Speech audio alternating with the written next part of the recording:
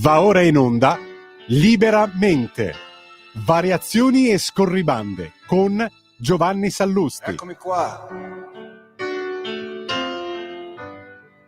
Sono venuto a vedere lo strano effetto che fa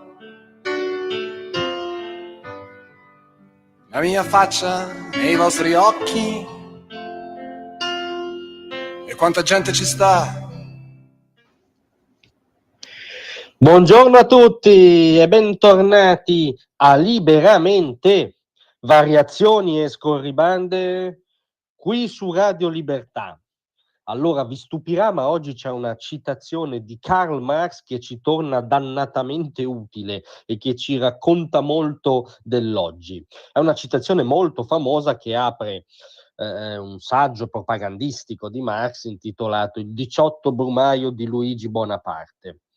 Di Luigi Napoleone Bonaparte, ovviamente, quello era il riferimento marxiano.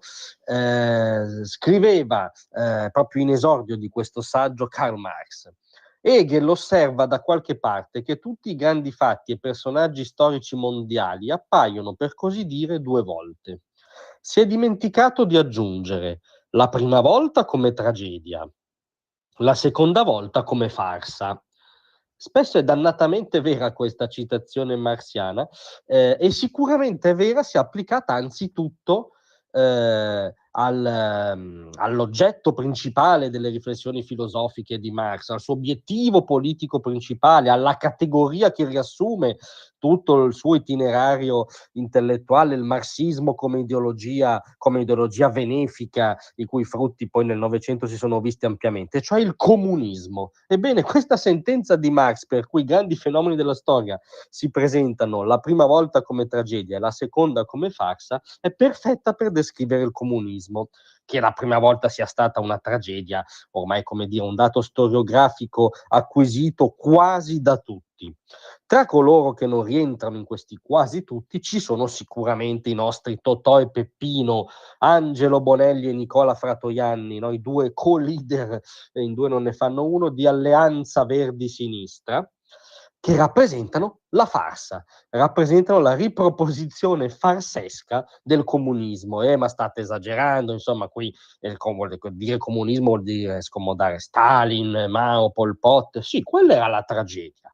Ovviamente Totò e Peppino non sono all'altezza neanche di essere ovviamente pericolosi e dannosi come la tragedia, ma rappresentano pienamente però un'ottica comunista nei suoi contorni farseschi, perché l'ultima proposta di AVS sulle case, la casa, sapete bene, primario degli italiani, su cui il centrodestra sta impostando tutta una politica che prenderà piede da settembre in poi, non volevano essere da meno Totò e Peppino e ci hanno informati della loro proposta, che è la seguente. Noi citiamo, perché la farsa non si può commentare, non puoi essere più efficace della farsa, la puoi solo descrivere con le sue stesse parole. Totò e Peppino dixit: le amministrazioni devono censire lo stato di utilizzo degli immobili, anche privati. I grandi proprietari devono rendere conto, cioè non si sa di possedere una casa, sì, devo rendere conto allo Stato che, ahimè, sono ancora un maledetto proprietario di un bene. Attenzione però, se non avanzano proposte di utilizzo, se non rimettono gli alloggi sul mercato a canone concordato, devono essere penalizzati fiscalmente. Cioè, meraviglioso. Se un proprietario di un bene non accetta l'obbligo da parte del potere pubblico di mettere subito sul mercato un suo bene che in quel momento, per i motivi più vari, tiene congelato, ma di metterlo, attenzione, perché qui è il capolavoro proprio, per cui non si può spendere altro aggettivo che sia comunista, di metterlo a canone concordato, cioè tu sei obbligato a vendere o affittare un tuo bene, di cui in teoria dovresti fare quel cazzo che ti pare, per dirla in filosofia, quel cazzo che ti pare, tu sei obbligato a venderlo o affittarlo al canone che decidono loro, che decidono le amministrazioni, che decide il potere pubblico. Se non lo fai, se non soggiazi a questo atto di comunismo, sei penalizzato fiscalmente, cioè incentivo la rapina fiscale a tuo danno. E non solo, e se necessario sottoposti a requisizione, cioè se proprio questo proprietario è recalcitrante, un po' come erano recalcitranti i kulaki, no? I piccoli proprietari terrieri e contadini che lo stalinismo alla fine decide di risolvere in modo molto semplice, cioè eliminandoli dalla faccia della terra. Nella versione farsesca di Totò e Peppino, metti la casa sul mercato al prezzo che ti diciamo noi, fallo, fidati, non lo fai, la casa te la requisiamo. E capite che è una meravigliosa ottica di delirio comunista, patafisico, cabarettistico, oddio, cabarettistico se non sei il proprietario di casa in questione, ma tecnicamente comunista.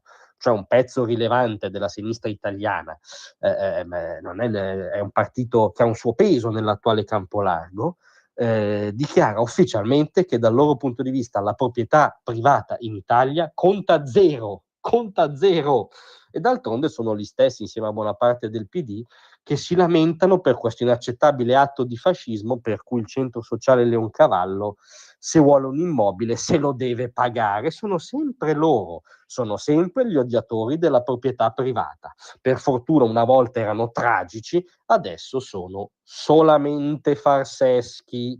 Grazie a tutti, a presto.